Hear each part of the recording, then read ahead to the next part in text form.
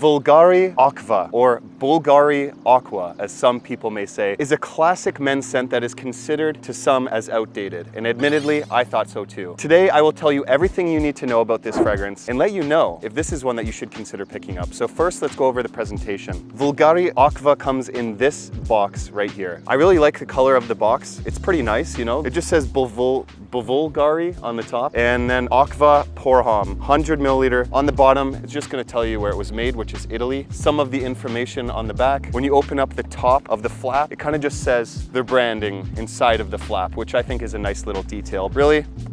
Who cares about a box anyway? Let's talk about the fragrance. Bvlgari Aqva Pour Homme was made in Italy in 2005, and the perfumer is Jacques Cavalier. On the top by the atomizer, it says Bvlgari. The atomizer is actually built into the top. On the back, it says Bvlgari again. This is kind of like a mirror silver reflective finish. If you need an extra mirror when you're out on the go, you can definitely use this as that. It's kind of just a green bottle that's shaped like a stone or like a raindrop that just hit the ground. Kind of an awkward shape in my opinion, because you can't really stand this on your shelf anywhere or on your display. It just has to sit flat, which makes it look like it kind of just fell over. I don't really like the presentation of this bottle too much. I wish there was some sort of stand. Here's a little tip. If you buy the tester, it actually does come with a stand. So if you don't care about a box like I really don't, just buy the tester. It doesn't really look different. It doesn't perform any different. On the back, on the bottom here, you're gonna get a little bit more of the information. My batch number is 10N41D1. This is eau de toilette concentration, and this is the 100 milliliter bottle. Let's see how the atomizer looks,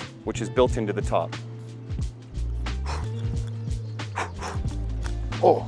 Okay, I was trying to dodge all that, I got it in my eye, but anyways, the atomizer is actually pretty good. It's kind of a wide spray. So although the presentation is a little bit annoying, will the fragrance be? What does this smell like? The top notes are Mandarin orange, orange and petitgrain. Mid notes of seaweed, lavender and cotton flower. Base notes of Virginia cedar, woodsy notes, patchouli, clary sage and amber. What are you actually smelling? That seaweed is really presenting itself as a salty aquatic note, but you're also getting this brightness from the orange that combines together extremely nice. I'm also picking up some of those woodsy notes. I'm just not really picking up any of that amber, or I don't really know what a cotton flower smells like, but I don't know. And I'm also getting a pretty heavy dose of that lavender in there, which really smooths it out. If you were to picture what seaweed smells like, or even just like a breeze off of the ocean, that's what they're kind of representing in here. To me, this smells like when you're in like Florida and the rain just comes out of nowhere, and then the super bright sunlight comes out right afterwards, and that rain is starting to evaporate off the cement. It gives this like nice salty smell in the air, and then you're getting those oranges because it's Florida. That's the picture that it paints in my head anyways, but it is a very salty aquatic. To me, this is more of a summer, spring, casual daytime scent, but I think this is the ultimate rainy day scent. It's a reminder of brighter days to come in the springtime. The rain will be over soon and the sun will be back. Because of its age being released in 2005, it kind of gives off that 90s vibe to it, something like Aqua di Gio. It doesn't smell like that, or like Dolce & Gabbana light blue. In that vibe, if you consider those outdated, you're definitely going to consider this one outdated as well. I don't think it is really, but unfortunately that brightness does not last for long, which we're going to get to when we dive into the performance. This is a very masculine leaning scent. I think people that are 25, maybe 30 and up are going to prefer this more. It's not youthful, it's not playful. If you're younger and you appreciate the older style scents, you'll definitely like this one too. Now for me, I like to go a little bit heavier on the sprays with this because the performance is not too good. Let's be real here. I usually do like 10 sprays of this just because it's a little bit lighter. Bvlgari Aqva Pour Homme starts out brighter and fresher, but the dry down becomes more salty,